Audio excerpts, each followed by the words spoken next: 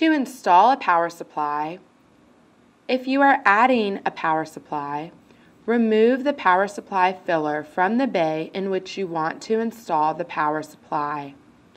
Press the Release tab, grasp the filler by the slot, and pull it out of the bay.